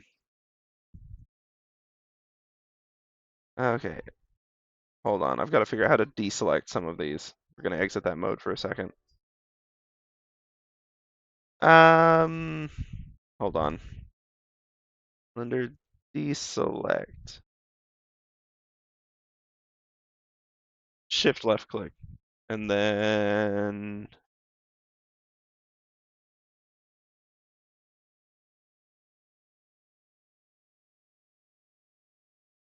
okay, we'll work with it. We'll go back to ortho view. Cool. Yeah, that didn't work. That's what I tried initially. Okay, control left click. That works. Interesting. I think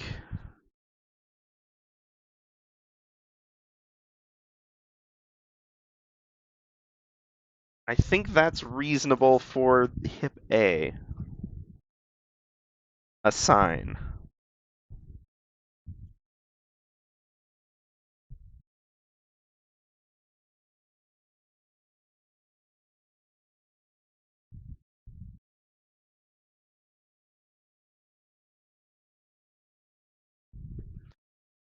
Ah, hey, I love the phrasing of this article. It's like aggressively British. Um, it says, then back in Object Properties, left mouse button select the vertex group's entry named Root to highlight, and directly below the Assign button. This assigns the selected vertices to the selected vertex group.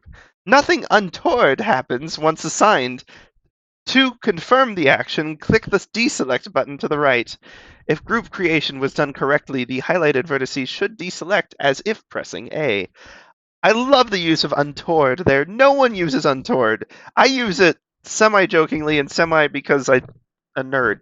But, like, I never see that in written guides, let alone in technical guides. That's wildly out of place and very funny. So now I don't know if y'all can see this at the bottom. Oh, you can. Cool. Bottom right, there's select and deselect. And now that these are in hip A vertex group, I can select or deselect, and it just knows they're part of the group. Okay. I'm locking the heck out of that. A top, next bone. Can I select any of the ones from A? Okay, I've got to be careful. Hold on. I need to make sure I don't steal any from A by accident. Or maybe I want to. Maybe some of this should be controlled by A. I think I want this to be static, though, and controlled by hip. That's fine. We've got 5 on the top row, 7 on the second row, and then we start picking up vertices near this arch. Okay. A top. 1, 2, 3, 4, 5. 5, 6, 7. Start picking up lower vertices here, and really just need to go through there. Assigning those to A top, deselect, select. A mid. And I don't know if having 3 bones is the right choice, but we'll work with it. Hold on. Okay, so this vertex is part of A top. That's fine. Oops. Deselect. A mid is going to contain everything here and everything down to this layer. Whoops, whoops, whoops. Shift and then move to stay moving along this 2D plane rather than move a rotating in 3D space. Anyway, we're assigning these to A mid. And for the record, because we're in this wireframe mode, we're selecting through the whole mesh. So we don't have to go back and do this on the flip side of the arch, which is nice. Okay, so A mid has these assigned. Deselect, select, deselect, select. Cool. Deselect. A bottom. Hold on. Select. This vertex is going to be cool. Actually, hold on. I can do this, deselect any that are in A mid, and then just assign the rest to A bottom. Woo! That makes it easier. Cool. Oh, it's 10 o'clock. Well, I got a kind of a late start, so we'll keep going just like maybe 10 more minutes, get the rest of these assigned, and then we'll test if it actually moves properly, because that'd be a good note to end on. Either if it works, and hooray, it works, or if it super doesn't work, and I know what I need to research. Hip B. Hold on, first on select hip A. Then I'm going to basically mimic it. Darn it, misclick, sorry. And then we can deselect the stuff from hip A, so I won't accidentally steal from it. So everything from this row, 3 from here, along with the whole top of this. Someone has to dominate in the center. I'm giving it to hip A. It's a little off center anyway, so it works. Let's see, I need these. I need this whole row here. Then we deselect hip A, and we assign all this mess to hip B. Woo! Okay. Now, let's look at A top. Oh, hold on. Let's deselect hip B first, lock it. A top, select.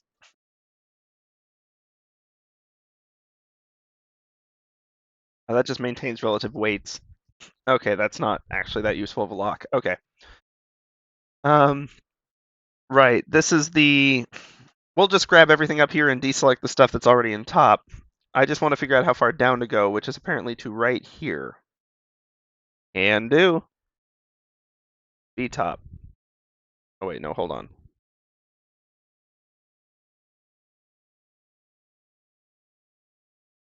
Right here. And then I'm going to select hip B and deselect everything already in it. And then we assign what's left to B top. Okay. A mid, if I... Hold on. I select A mid.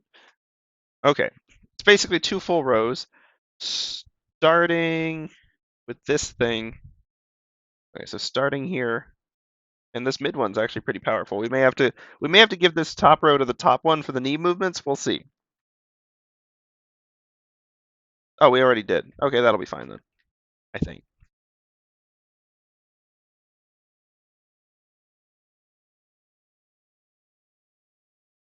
Anyway, that. I'm noting there's an extra line here because this isn't quite lined up right, and there's still some weird mesh stuff on the inside. I'm not going to worry about that right now. Hey, I don't think... Oh, jeepers. That's what I was afraid of. Okay, hold on.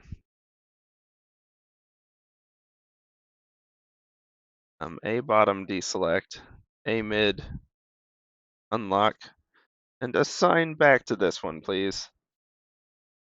Cool. See that? I was hoping the lock would prevent stuff like that. Clearly it does not. Oh, okay, so I also need to remove them from the... Maybe it was always in the other one, but I just need to... Cheapers. Okay. That plus that. Assign to B mid, deselect, select. A mid. Okay, nope, nope, nope. A mid. Select, deselect, select, deselect. Cool, those two are good. B bottom.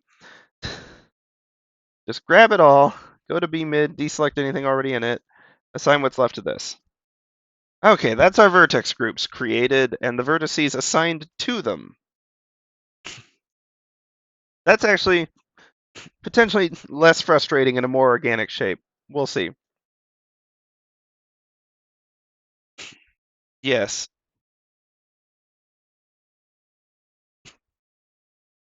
They spend a very long time doing vertex groups for different things. Here we go. Finally, the part we've all been waiting for. It's only 2/3 the way down this extensive doc. But you know, as much as I appreciate like the slight, I laugh at the slight grammar errors, but they're fine. It sounds very British, which is entertaining. But this has genuinely been very good documentation. Perhaps excessively thorough, but often that's what you need. Oh, Zombie Freak. I'm sorry, I didn't even see your message from whenever that was. I attempted to use assign automatic weights, and it has failed several times. So for anyone who saw that, I don't know how long ago that was. I apologize. If you're still here, yes, that was the first thing I attempted. For whatever reason, I think the parenting connection between the mesh and the armature was not set up correctly, and so the automatic assignment did not work. So I'm going through and doing this brute force manually to make sure I proper understand the process. and then maybe I'll be able to debug what was going on, what I did wrong in the initial setup for the automatic. It's a fair question. It's a very fair question. Um, so that's why we're digging through these docs. I figure since I have studied 3D modeling in the past, but it was Maya, and I've only spent a little bit of time in Blender, so we're making sure we understand the process the first go before we try to jump in. Um, so I'm definitely, look, if I could do automatic weights and it worked, I would love that, but I got to get these working first. Um, that said, this has actually been pretty fun. There is something satisfying about tedious but not brain heavy work. You can just kind of get in a rhythm and go. Blender is usually not that. Blender, but sometimes it is. And when you get the hang of it, it becomes that. Okay. Once the armature has been set up so each bone has a unique ID and mesh with similarly named vertex groups, actually identically named vertex groups, they need to be tied together. It is important to understand that this type of connection is not physical but virtual. Okay, that's fair. That's fair. It just their phrasing, I love it.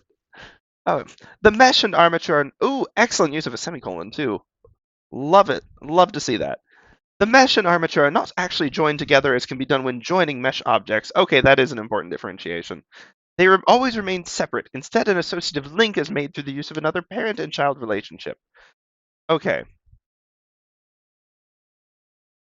Yeah, generally only same type objects can be joined. So in this case, the object is parented to the armature, which, as they clarify here, and as I should have figured out earlier, the verb being parented to something actually, in this case, means making it the child of that thing.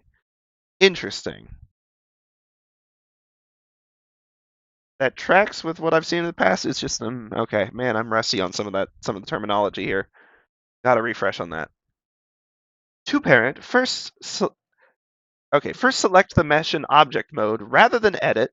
Yeah. We don't want to just match some of these. Object mode. I'm actually going back into this view too, if I can. Oh right, and hold on. Give me just a hot second. I'll fix the view on this so that we can see it. Pull this up a tad.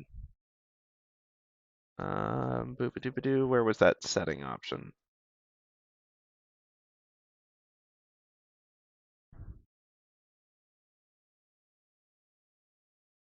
Viewport display in front. There we go. Okay, sorry. Back to the actual task at hand. But now we'll be able to see that. It'll be a little easier to work with. Object mode. And then shift right mount button to collect the armature. Yeah, I guess we can do that. Or you can just click and control click in here. In either case, that is helpful in knowing that we need the high level entity in here and not these subsections. Cool. Okay. Selection order is important, so always be sure to select the armature last. And then Control P, and then set parent to. In this case, we're doing the empty groups because the automatic weighting wasn't working, and so we'll follow along with this tutorial and what it likes to do.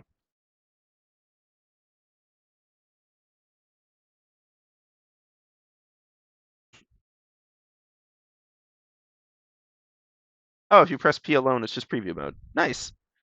Throwing a free hotkey warning there. Okay, in doing the above, several things happen specifically to the mesh. One, it's parented. Yes, it's parented to the armature. Two, the previously assigned vertex groups become active. Okay, so that really is all it takes to set those off. And three, an armature modifier is assigned. Is it? It automatically handles that part. Well, howdy do. Now this is where we ran into some sloppiness the last time we worked on a project, and this is what I want to clean up this time. Sorry it's taken us well over an hour to get to this point, but it's, been worth doing. Repetition is a good way to learn, as they say.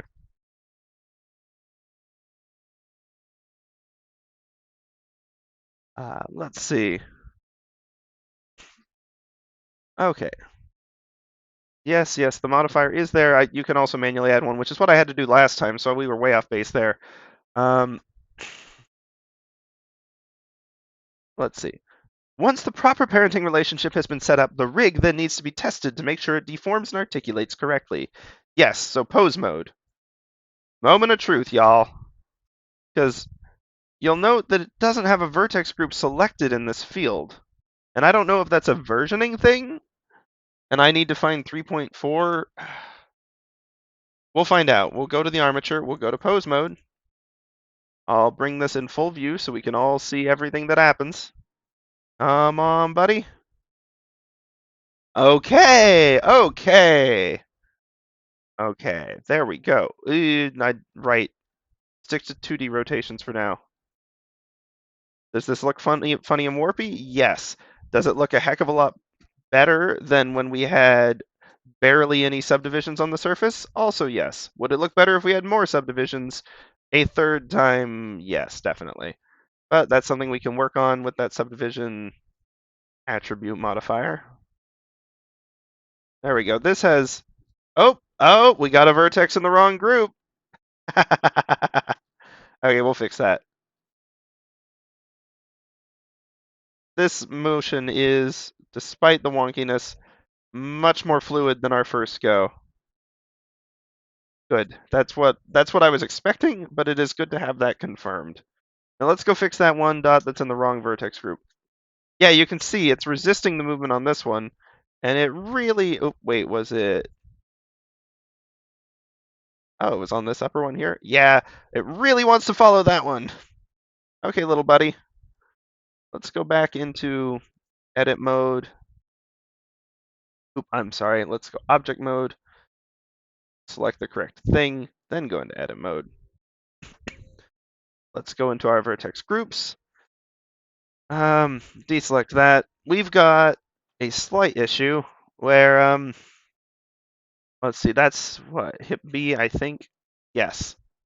Hip B, there we go. This one vertex here needs to be removed from hip B. We'll do that, and then that one same vertex needs to go into A mid, weirdly. Assigning it there. Now when I select A mid, it's all good, and deselect. And when we go to hit B, we select all and deselect. That should resolve that. But only one way to double check. Okay, so this, honestly, I'm not 100% sure what we did different, but now I've got a much clearer process we can follow in the future that should make this easier. And will hopefully allow us to consistently manage the parenting of the armature and the mesh. Anyway, armature, pose mode. Let's see, no more weird stray one, correct. And you're actually following along now, even though I keep, or I'm trying to grab the green one. There we go. Cool. Okay. We could deal with weight painting again, but frankly, the texture and weight painting views and UV, well, no, not the UV editing is fine, but texture painting and weight painting views are some of the least recently updated parts of Blender, and the age shows. They're a little clunky.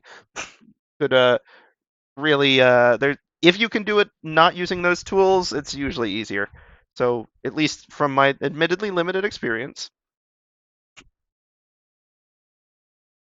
So we can use weight painting to tweak this, but I don't necessarily know that we need to right now. Is my point. Because right now, I'm pretty well. Actually, you know, we can just look.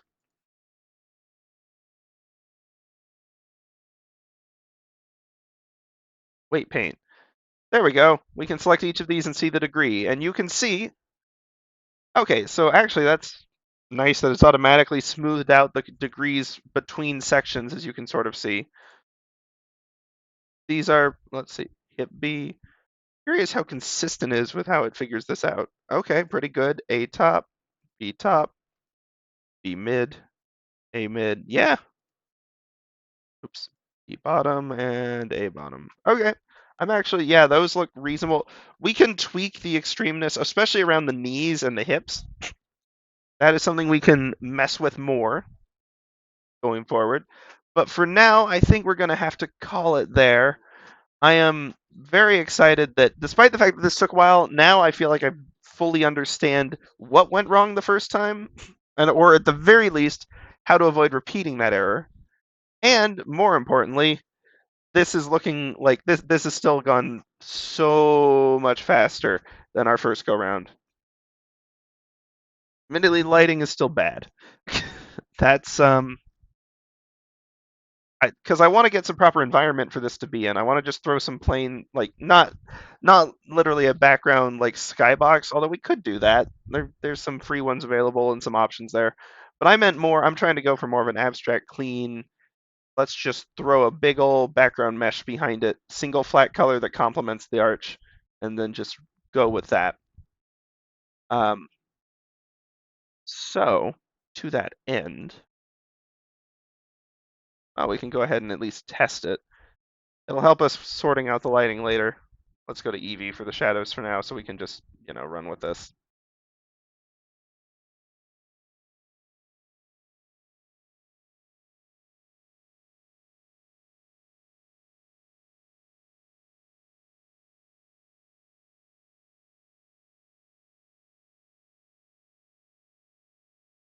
Always feels more satisfying when there's some sort of space for them to exist in. It's also an easier way to test shadows and make sure they're not garbo. Granted, Eevee isn't the thing I would test that with. I would test it on cycles because it's actually got ray tracing going on here. But that's not necessarily the main point. Okay, light source. Let's we've got the nice muted color. Let's up the intensity a little bit. We're not getting any extreme lighting going on today, but that's sort of rather the point, is it had been looking too plasticky and completely unshaded, so we're going to try to mitigate some of that. Also, I fear the camera is currently below the floor. Yeah, I thought it was. Okay, let's fix our camera. We can still see the armature. Okay, let's pop that off for now. Um,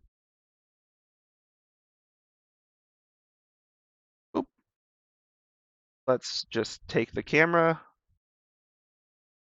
and doop-a-doop-a-doo. Nope, sorry, map it to my current viewport. So now we can just move around like we normally do. And camera. Actually, I would like to sort of throw this here. And then we'll unlock it so it'll just stay there. Actually, I'm going to move the floor down so we can get some more shadow with that. Well, I don't know. Having the floor at kind of three-quarter view on the camera looks good. So let's just move the gate up a bit. And I like the intense shadows on it.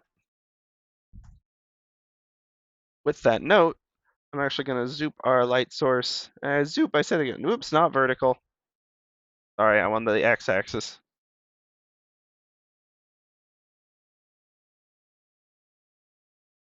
Okay, let's there's still not a lot of excitement going on there, but it's something. It's always nice to wrap with a render just to get a nice one going in here. That said, I think I need to clean up my cycle settings. They're a little off. GPU, good.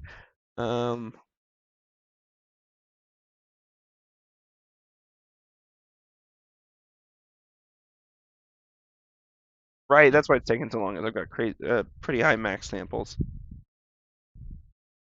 Um, you know, it's good for today. We'll build on it.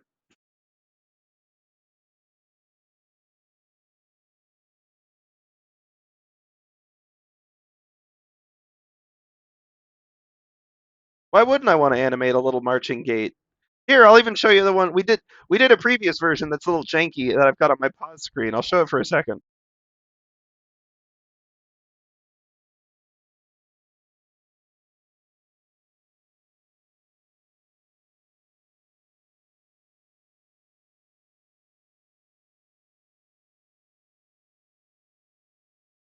So you can sort of see why we're trying to get a cleaner, sharper looking version that no worries. But yeah, you can see why we're trying to get a cleaner, sharper version, and get some better articulation with it. Because when I was first, that model was one I made with very little warm up getting into Blender at all, and it did not have subdivisions in the places it needed to actually have decent motion. This one probably still doesn't have enough. I am hoping that I can do some tweaks with the subdivision subsurface modifier, get that looking snappy. But we'll mess with that next time. Let's see. Until then, I do think that we are actually going to wrap on this. I'm gonna save the image. Woohoo! Exciting! We've got the my file structure. Awesome. Day 2. I ain't got nothing weird on here. It's fine. Um, but yeah, we're just messing around with this at this point, but it's fun. Yeah, no. For I guess a recap of what we're actually doing. I studied history first and foremost, and so I used that to figure out what I wanted to model and work with. And I love the idea of, I don't know, just having like a little bouncing cartoony like trail of various historical monuments wandering around, or just putting them in unusual scenarios. What I ought to do, and what I obviously didn't do on either of the previous render or this one, is go mess with coolers a little bit, get ourselves a nice color palette that actually looks nice. Um, don't get me wrong, this looks decent, but it also looks plastic. The lighting isn't helping, but the colors aren't either. So I'll try to get ourselves a nice little like maybe something in pastels that'll look good. Or I can dig out the color palette of some older projects that I was fond of. Never did use that one enough. In any case, I'll get something going. We'll get some sharper colors for background, really make this pop. And we'll also go back and work on some smoother animations. I'm going to see if I can. Last time our keyframes were a little sloppy, but also I really ought to have done more tweaking with the graph editor. That said, however, though this is our last stream of the week, it's not the last stream of the month, and I don't plan on only working on Ishtar again for month 2. So this, the Ishtar Gate of Babylon, I don't expect to work on through even the entirety of next week. I have plans for the Colosseum, amongst other things. But also, it's fun to get into more obscure monuments. So maybe we'll go find some nonsense. Or more complex ones. If I wanted the whole month to just be modeling, I would just do Notre Dame. If I don't want that, and I kind of don't, then that's why I haven't done Notre Dame. I have tried my hand at a little mini, like, chibi-looking cathedral once. Oh boy, that took a lot of time and energy. And I was also in the zone after a whole semester of like spending huge amounts of time practicing stuff in Maya. So like, yeah, let's maybe not do that for our just couple hours a week streaming thing. Even 6 hours a week ain't enough for that. But ooh, Parthenon might be a good chance to use the node editor, node charts. Or I could do a cop out with the St. Louis Arch. Just get a really simple torus, cut it in half, and warp it. Done. Probably what I should have done for the walking tests. No matter. Fahrenheit to Anyway, we'll figure something out. We'll do some more stuff. But I do want to get this one trundling along as well. So we'll make sure we get some good lighting and actually have this look decent before we head out on it. Until then, thank y'all for dropping by. We stream Monday, Tuesday, Thursday every week going forward. I know we had some holiday hiccups, but we should be pretty consistent for the next month at least, and most likely beyond that. 8 to 10 Central, or I guess if you're in the UK, that's what, +7, so you're on, what, 3 a.m. right now? Actually, 3 a.m. at 8. You're at 5 a.m. right now? What are you doing watching this? But wherever you happen to be, I hope that you have an excellent rest of the day, unless that's just like, 35 minutes, in which case I hope you have an excellent rest of tomorrow. And hopefully we'll see y'all next time when we pick this back up, continue animating nonsensical historical monuments, and whatever else happens our way. Until then, have a good one, y'all.